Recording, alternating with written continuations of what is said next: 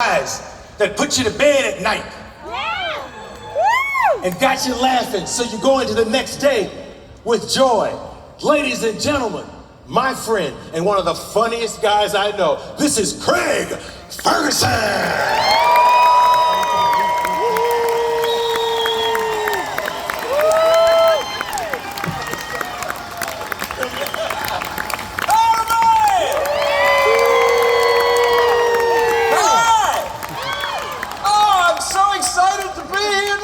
This is like a dream for me.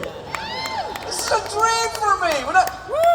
When I was a wee boy growing up in the swamp, being raised by Shrek and Fiona, they said to me, "You'll never make it in show business. You'll never play San Diego State Fair," they said.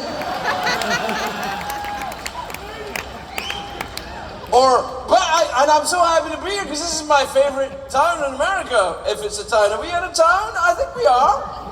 I love. This is my favorite place in America. It's the truth. Yeah, everybody knows. Everybody knows I love this region with its many goods and services. I didn't realize we were going to be that far. I especially enjoy the rides. I love the smoke as well coming out the side here. It's kind of like you think you're away from Scotland, but you're not away from Scotland. Here comes the Loch Ness Monster. I'm very happy to be here. And I just want a couple of points of order before we begin. It's kind of important that we say this. I've been doing this for a long time. All of us guys, we've been doing this for a long time. So, I don't want to blow my own trumpet, but I could blow my own trumpet. I do a lot of yoga. And I think I probably could. I mean, I never tried, but I think I could. I mean, I don't think you'd want to see it, but I think I could do it. The downward facing dog, low hanging fruit. You don't want to see that. But I think I could. But look, I don't want to blow my own trumpet, but I want to say something. And here's the thing. I've been doing this for a long time, and we all have. And we've all made some money. We've won awards and stuff. So if this show sucks tonight, it's not our fault. How long you guys been in audience? A half hour or something? Let's just see how you do. Now, there's something else I want to get out of the way as well, because I've noticed, and maybe this is because it's a fair or something, I don't know, but I've noticed there's quite a lot of young people here. And I gotta say, I see you, because it's not TV, I'm looking right at you, I can see you, and when I see the young people, because I can see you with the hope in your eyes and collagen in your skin, and you're not beaten down by life yet. I look at you and I think, well, what the hell are you doing here? Have you been watching us on the Tickety Talk or something? Is that what's happening? Because you better not be here ironically. There ain't no Rick Astley going to be up here tonight. But, I want to say this because look, I know the regular crowd's here. I can smell the lavender and wee-wee. I know you guys are here. Yeah, that's right. I beat myself. So did I. But here's the thing I want to say to the young people and the older people as well. But the older people too. Look, I forbid you to tweet out or post on social media anything I say here tonight. All right, don't do that. Don't put it on your Tweeter, your lamppost, or your Facebook, your Bingo, or Zippy, or Grindr, whatever your thing is, man. I don't know, MySpace for some of the older folks. Don't post it. Because, a lot of the things I'm going to say tonight, I don't agree with. In fact, they'll be lies. But in the context of what we're doing here this evening, that's called a joke. Because I know some of you Gen Z and Millennial, my brothers and sisters of the Gen Z and Millennial generation, you're struggling with the concept of the joke at the moment. I mean, I know that you've got a sense of humor. You've become very literal, young people. You just take everyone and what they say. And in my line of work, that's not the way to do it. You can't do that. I mean, look, there used to be, some of you folks you'll remember this guy in the hat, but there used to be a comedian called Henny Youngman. You guys remember Henny Youngman? He's a lovely old comedian, Henny Youngman. He used to come on stage, and his bit was, he'd come on and say, "Take my wife, please." That was his thing. If he did that now, they'd take his wife. So don't post out anything I say on your Tweety or Zippy or Grindr. Don't do it. Don't, because it'll be out of context. And then I'll have to defend things that I don't agree with, and I can't be held accountable for what I say. What kind of an America is that, ladies and gentlemen? Because I'm going to say some things tonight, some naughty bad things that perhaps I shouldn't say, but I'm going to say them. I'm going to say them. I'm going to say them because this is America. Well, you see, now, San Diego is America. Social media is not America. Social media is the Soviet Union with memes. I don't really know what a meme is, but I'm against them anyway. I thought a meme was a French guy in clown makeup pretending to do stuff quietly. Which is an easy mistake to make, because that's how French people pronounce mime. They pronounce it meme, and they say, "It's my favorite meme, I love it when he pretends to pew the little rub, but there is no rub there. Sacre bleu." See, now right there, that's something that I shouldn't have said or done. I mocked French people, and I shouldn't have done that. If there are any French people here this evening, je suis désolé. Merci, Duolingo. Are there any French people here? I don't think there are any French people. Even if they were, they'd be like, "Shh, be quiet, I told everyone we are Canadian." But if you are French, and I've offended you, go to hell, I don't care. And here's why. Now, here's why. I'm done apologizing. I'm not going to do it. I'm not going to do it. My line of work, you have to apologize all the time, and I'm not doing it. When I was doing that late night show, I had to apologize every night. Every night I had to apologize for something, and I meant it then. But I meant it in the sense that had I not apologized, I'd been fired. But we're not in that situation here this evening. I've already got your money. Do you know what? I have to apologize to the entire country of Australia. The whole country. I'll tell you what happened. There was an Australian actor on the show. You guys know a gentleman called Guy Pearce? All right, he's an Australian actor. He's a friend of mine. He was on the show, and we were just dicking around, guys being dudes, and he was saying, "Scotland's rubbish, mate." And I was like, Australia's rubbish, mate. It wasn't a great bit, I agree. And then apparently I said something that crossed the line. I said that Canberra, the capital city of Australia, was a festering bumhole. I actually didn't say bumhole, but I'm saying it tonight. You're welcome. Anyway, I said a naughty word. I don't even know why they knew I said a naughty word. I didn't even know the show went out in Australia, but they were mad at me. They were like, "We're very angry at you, Australia." Or Craig, they didn't call me Australia. You know, that's how angry they were. They called me Australia. That's how you know Australians are angry at you, when they call you the name of their country. That's a tradition they have in Australia, along with animals that keep a spare animal down the front. That's their tradition. Anyway, look, what I'm saying is I shouldn't mock Australians and I shouldn't mock French people, because I'm not Australian or French. And the current orthodoxy as laid down by my Gen Z and millennial brothers and sisters is that you only mock the groups to which you belong. So tonight I will only be mocking old white guys. Yeah, that's right, I can see you, it's not TV, I'm looking right at you. Yeah, strap in, Tommy Bahama, here I come. Actually, you know what? Don't worry about it. It's even more specific than that. It's not just old white guys. It's old white guys that were born and grew up in Scotland and live and work in Hollywood. So it's just me and Gerard Butler. That's it. And I don't want to mock Jerry Butler. Jerry and I have been friends since we were like tiny little kids. I don't want to mock him. He's sensitive.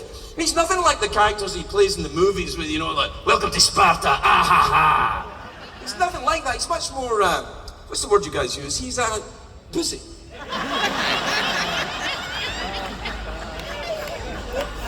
What do you want? I said bumhole, didn't I? Nah, he's not. He is a little bit. But look, here's what I'm saying. I think it's all right. I think the only people that really complain about you can't say what you used to say are old comedians. And I think what they're really saying is, "I'm afraid of young people." And I get it. I'm afraid of young people too. You move too quickly, you get very strong opinions about things. I didn't move quickly and have strong opinions when I was young. It's because I had strong drugs when I was young. It's very difficult to get a nuanced argument about pronouns when you're zapped out of your tits on Pakistani black hashish. What's your position on the pronoun argument, Craig? Yeah! It's awesome!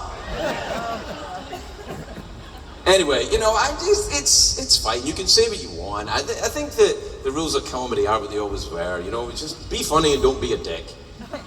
I use the word dick there in its non-gender meaning. Where are you going with this, Craig? Nowhere. Nowhere is where I'm going with this. No, I think that, you know, you can say what you used to say. It's just that old people, I get kind of worried about it. I feel myself getting older. I feel it. I know it. I now make the same noises for sitting down as I used to make for sex. Oh, that is nice. Oh, that's lovely. Oh, I love the feeling of the crushed velvet on my taint. Was that too much? Oh man, never come and see me on my own. No, I do feel myself getting older. I think about it all the time. I think about, you know, the inevitable. You know, you think about it, Tommy. I think about it now that I'm older. Every time I go for a poop, I think, is this it? Is this it? Here's a tip, by the way. If you ever go and have a beet salad one day, write that down and remember it, because you can give yourself a nasty fright.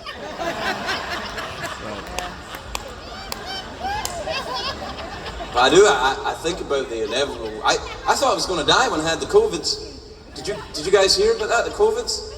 I mean, I know it never got to San Diego, but did you hear about it?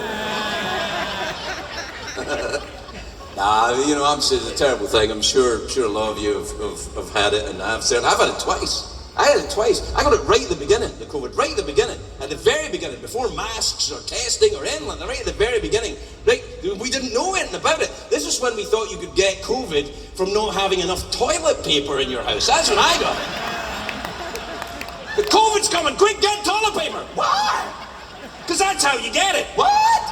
Yeah, the COVID bat flies into your house, and it looks around, and if it sees your ass, it flies up your ass, and it goes into your body, and that's how you get COVID. So what you gotta do is you gotta get a lot of toilet paper, pack your ass in toilet paper, get as much toilet paper as you can, pack your ass in toilet paper, and then the COVID bat will fly and see that the way is blocked, and fly and go, well, I better go somewhere else, and it'll fly away. We didn't know. We were guessing. This is when we thought you could get COVID from not washing your groceries correctly.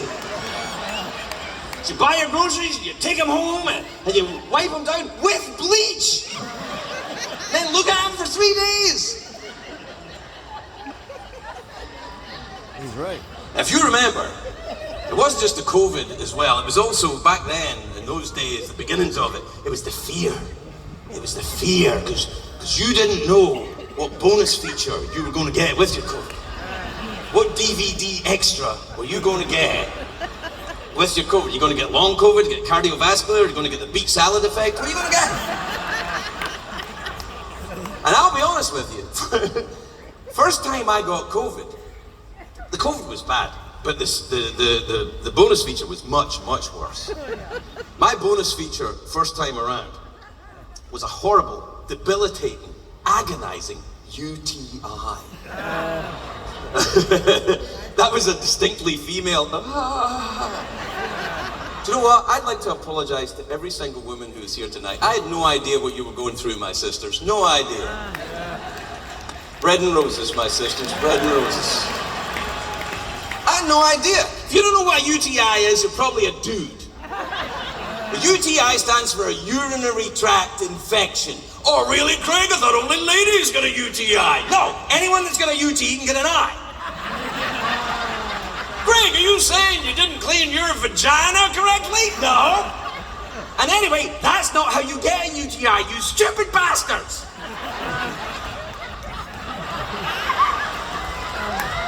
It was, I'm telling you, it was agony. It was agony. I was sweating and dying, and my penis was on fire. It was like the 1980s all over again, all over again. If you want my body, anything I'm saying. It was agony, I swear to God this is true. The only relief I could get was standing with my penis in a glass of cold water. I can never go back to that Denny's.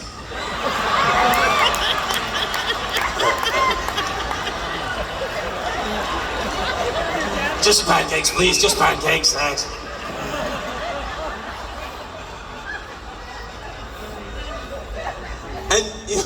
And I was in Scotland when I got it as well, so I couldn't even see my regular doctor. Don't get me wrong, I love Scotland, but my doctor's in America. I apologise if I've offended any Scottish doctors who are here this evening. I know there's no Scottish doctors here, nobody's smoking. No, it was bad. I was in Scotland when I got it. I don't have a doctor there, and I started to try to phone round to try and find a doctor in Scotland. I don't have one. Eventually, I got hold of this woman on the phone who said she was a medical receptionist, but looking back on it now, I realise she's probably a witch. You shall not talk to the doctor until you answer my questions 3. Question the first. Did you pack your arse with toilet paper?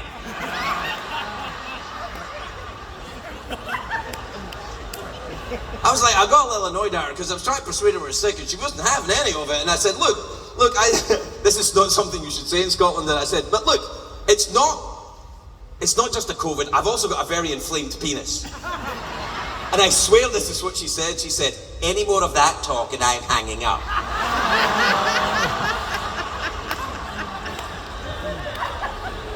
Anyway, I managed to persuade her that I was ill, and she said, all right, the doctor will see you first thing Monday morning. I said, it's Friday night, I could be dead by Monday morning. She said, well, you should have packed your ass with toilet paper. And she hung up.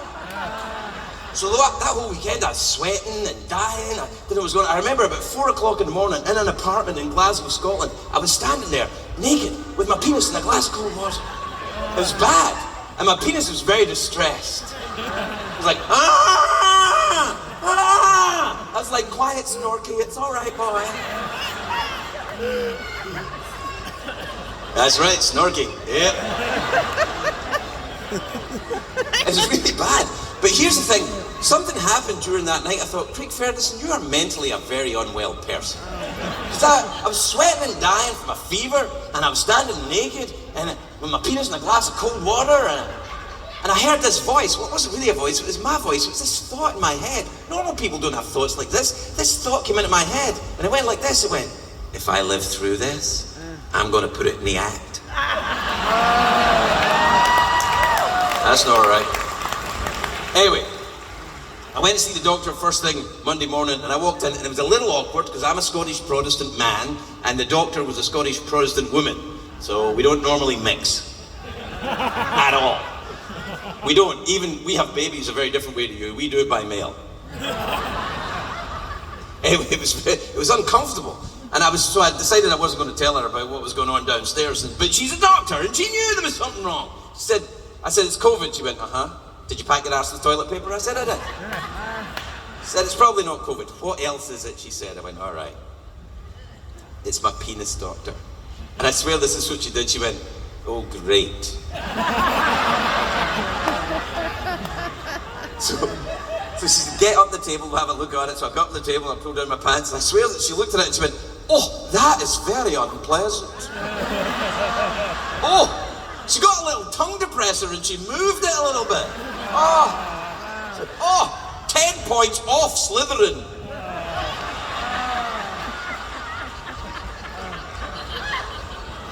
She said, it looks like a snail with leprosy.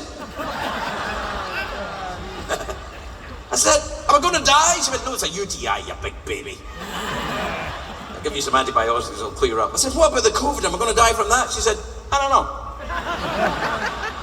Anyway, I'm sorry I've been talking about my illnesses. It's just I've reached that point in life.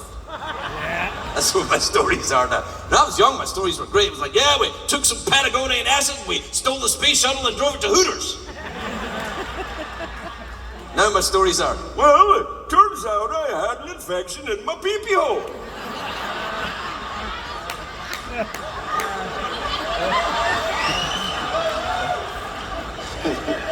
Look, look like a snail with leprosy. That's the thing people don't tell you about getting older. Your mouth falls open a lot. I didn't expect that to happen. I caught myself at a stoplight the other day. I was just like...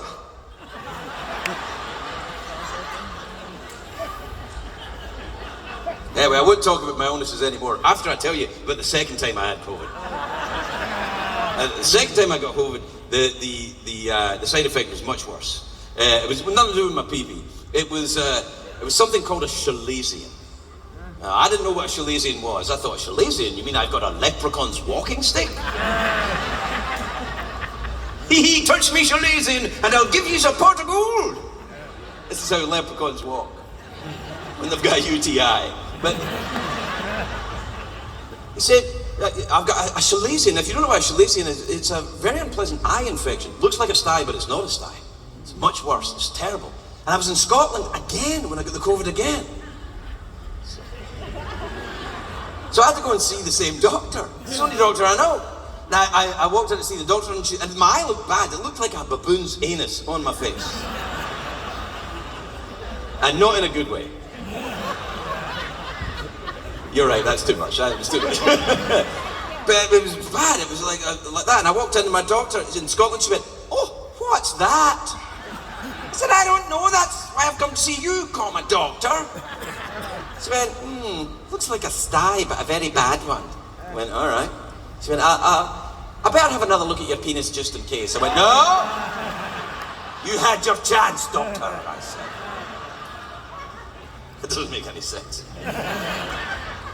She said, "It looks like a sty." I said, "Okay, what do we do?" She said, "It's a bad sty." I said, "Yeah." I said, "All right, I'll give you a course of antibiotics that should clear it up." I went, "All right." So I start taking this course of antibiotics in Scotland. I come back home to America, and I'm in Los Angeles, and I'm walking around, I'm taking the antibiotics, but they're not getting better. My eye's not getting better, it's getting worse. It still looks like a baboon's anus, but now it looks like the baboon enjoys Mexican food and Guinness.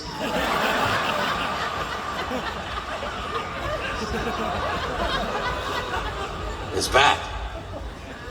And so I go and see my American doctor, and he looked at it and he went, "Whoa, what's that?" I said, "I don't know. That's why I've come to see you, comma, doctor." He said, "Yeah, I think what you got there is a sty, but a bad one." I went, "Okay." I went, "Okay, I'm going to give you a course of antibiotics." I said, "Well, I took antibiotics in Scotland, they didn't work." And he said, "I'm going to give you some American antibiotics." American antibiotics, I'll cure your little sickly eye. American antibiotics, take away that sty. American antibiotics, when you are feeling rough. American antibiotics, built for tough. I was like, hell yeah! Hell yeah! Give me some of them American antibiotics. So we ordered the American antibiotics, and they arrived in a monster truck. And the monster truck was being driven by Chuck Norris. And Chuck Norris jumped out of the monster truck, and he opened up his pants, and a bald eagle flew out of his pants and circled above our head and dropped the American antibiotics into my mouth, and I felt them go to each one of my red, white, and blue veins. And they didn't work. Because antibiotics don't work on a chalazion, but we don't know it's a chalazion yet. Now I'm freaking out, and I'm going on the internet trying to find ways around my problem, and that's a very bad idea. Don't ever do that. I ended up on Gwyneth Paltrow's website. Now look, I don't want to be disloyal. You know I'm on your side, my sisters. You know, bread and roses. But I think that woman might be full of shit. There was a posting on this website, I swear, there's a posting on this website that said, women, ladies, if you're experiencing a lot of negativity in your life and just maybe low-grade depression, try this simple life hack. I swear this is what it was. I'm not making this up. I might be making it up. I don't think I'm making this up. No, this was here. It said, if you're experiencing all these problems, try this life hack. Insert a hen's egg into your vagina and it will absorb the negativity.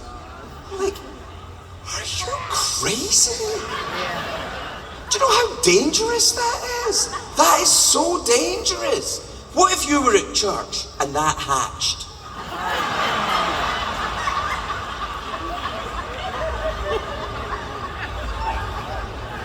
I don't know what's gonna happen. What if you were just at that quiet bit when you're meant to think about Jesus and all the things you've done and you heard, oh. Susan, what's that noise? It's just gas. Anyway, as it turns out, that didn't work. So I thought, I'll need to try something else. So I go I go and get some acupuncture. I thought, I've had acupuncture before, that'll work. So I go into the traditional Chinese medicine center in Santa Monica, California, and I walk in, and you know, the eye doctor, the acupuncture doctor, he looked at my eye right away, and he goes, aha. Now, that's not me doing a Chinese accent. I get that you do accents of other races, it's not cool, and I agree with it. And anyway, the doctor wasn't Chinese, he was an old white guy from Sacramento who studied at the University of Beijing. So screw you, millennials. So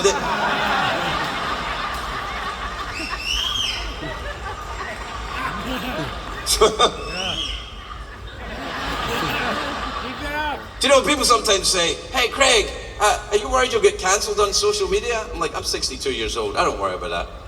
I worry about getting cancelled by God. Craig, that tweet was inappropriate. Come on. Coming. No, wrong way. Ow. Anyway, look. Eventually I go see this acupuncture doctor.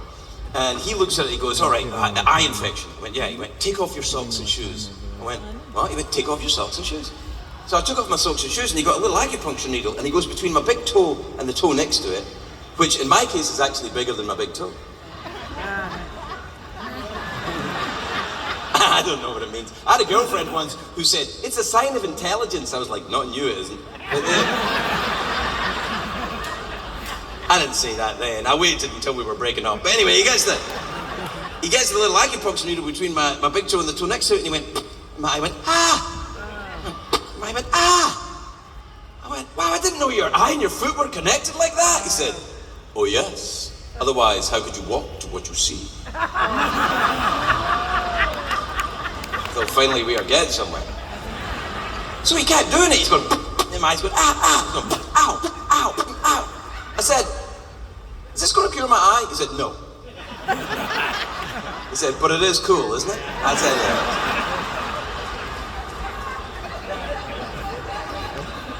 And the story of how that eye was cured will have to wait for another evening. But, no, I'm already in trouble. Now listen, but before I go, first, very quickly, I want to tell you a joke. Apparently it's a legal thing I've got to do, it's something to do with a fair or something. I have to tell you a joke before I leave. I don't like it any more than you do. So very quickly, I'm going to tell you my wife's favorite joke.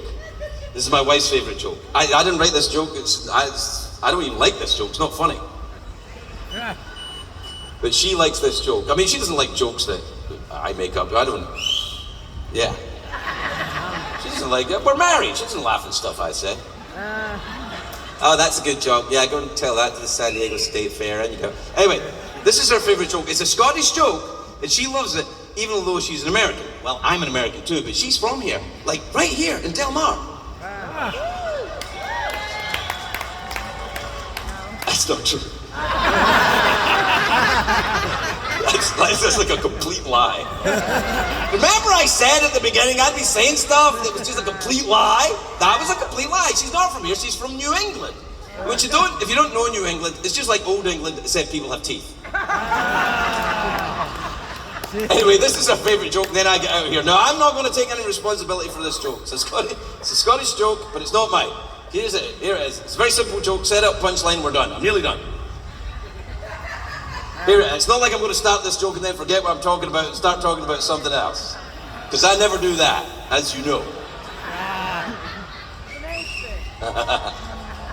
Very simple joke, set up, punchline, we're done. Here it is, Scottish joke. What does a Scotsman wear under his kilt? On a good day, lipstick. There you are, that's the joke.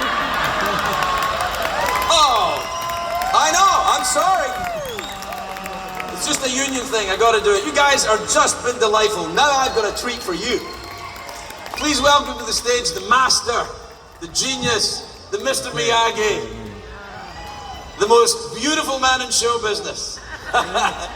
He loves a big fancy introduction. Please welcome my friend and yours, Jay Leno, everybody. Jay Leno. Ferguson.